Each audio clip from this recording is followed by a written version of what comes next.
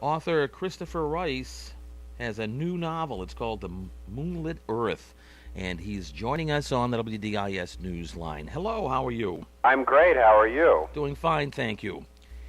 I love talking to novelists because someday I hope to write a book, but I don't expect I will. You novelists are such creative people. Where do you come up with ideas for your books? Well, first of all, I'm glad to hear you say you like talking to novelists because a lot of us give terrible interviews. We sort of stutter and get caught up in our head, and we have five different thoughts at once, and we don't have the time on the radio or on TV to sort of pull the threads apart the way we would in our offices at home. I think, I have to say, I like to make it sound more complicated than this, but most of my ideas come from the news, which isn't to say that I watch the 11 o'clock news every night waiting for my next novel to show up. Oh, so you're not like Law and Order, huh? No. I think, the Law and Order example is a good one, but I think most people, because they take the seeds of ideas from headlines, but they go in their own direction with them. Sometimes they get sued for doing so, but you get stories stuck in your craw, for lack of a better word, that are so upsetting and disturbing, if you work in the crime and suspense genre like I do, that you have to get them out in some way. You have to exercise them, and you have to give them not necessarily a happy ending, but some kind of resolution.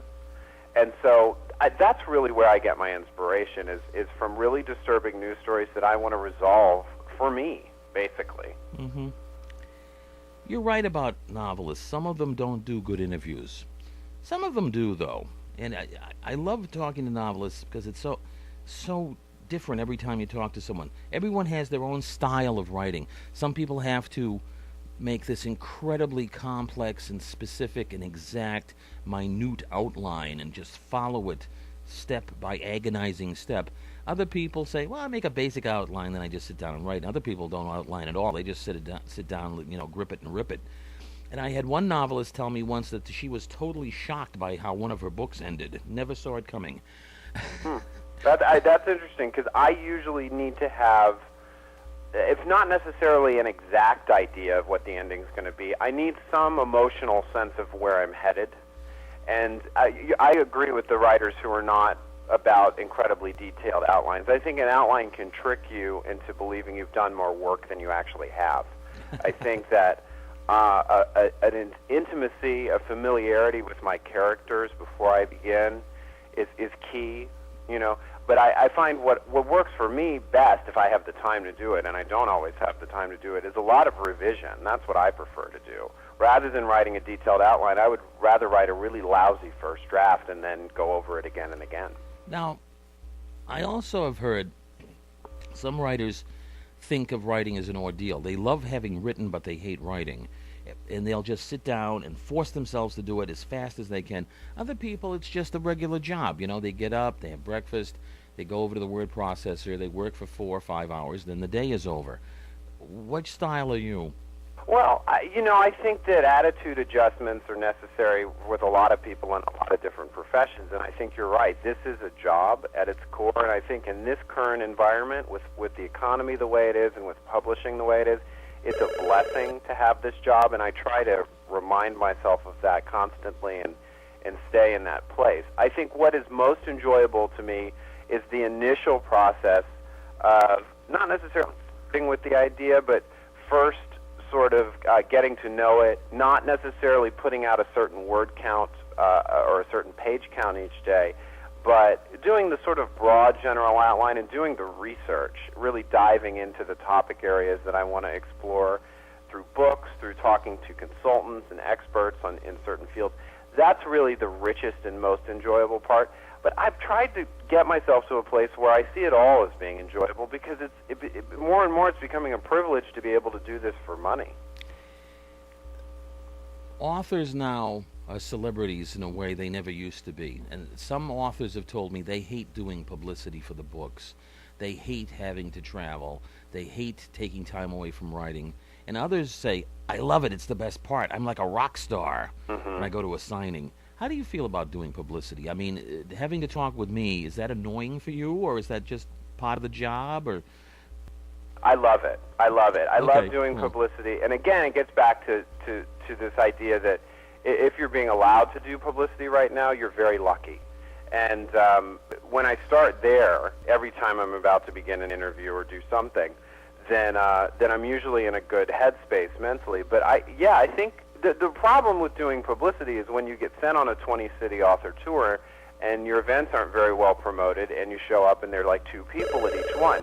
That can be very wearying for an author, but I think ultimately the reason authors are sent on tour, it's not to meet the readers, it's to meet the bookstore owners. It's to meet the actual men and women who may hand sell your book and establish a relationship with them. And the relationships that I've established with those people over the course now of 5 book tours is something that will follow me throughout my career and something that I can use. I think it's hard. I wish there was an agency or some sort of independent nonprofit that would sit authors down at the beginning of their career and explain to them how this was really going to go with PR and with marketing. They would explain to them that most publishers don't have the budget for advertising, that they have very limited marketing budgets, even more so now in this current economy, and that you're going to need to be resourceful and build some connections on your own, and you're going to need a little bit of media training. I kind of got my media training on the road. You know, I'm a very different self-promoter now than I was in 2000 when my first book came out. Mm-hmm. Now, before we run out of time, let's actually talk about the book. I've got a copy of the Moonlit Earth in front of me. That is a beautiful cover. What city is that? That is Hong Kong.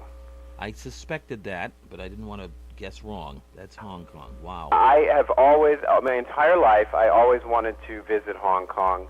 I didn't know if I would ever come up with an idea that I could set there, and I had originally planned for the bulk of this novel to be set in Thailand. And when I visited Thailand, I felt like I'm not connecting with this place. It reminded me very much of New Orleans, which I had written about in my first book, and I wasn't really ready to go back to that atmosphere. And so I had planned during that trip just 2 days in Hong Kong because I wanted to see the place. And as soon as I got there, I said, this is the setting for the Moonlit Earth.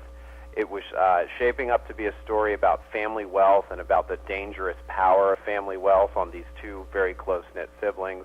And Hong Kong, I mean, is kind of a global capital of the financial industry in a visual way and an actual way. So that became the setting, and I think it's a great cover. I love it.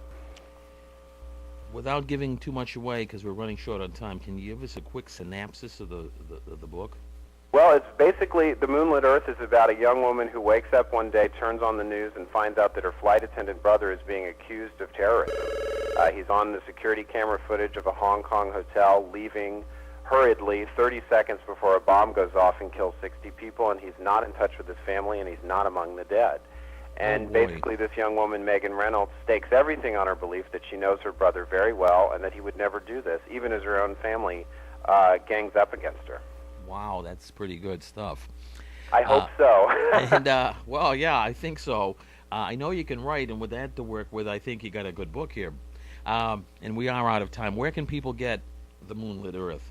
It is on sale everywhere. It's in bookstores throughout the country. It went on sale April 6th, and it is widely available. I just did about a 10-city tour to promote it, and so there are signed copies in cities all over the country, and yeah. Great. Do you have your own website?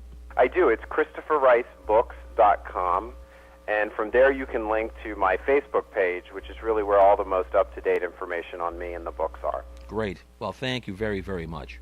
Thank you. All right, take care. You too. That was author Christopher Rice telling us about his new novel, The Moonlit Earth. You're tuned to 1170 AM WDIS.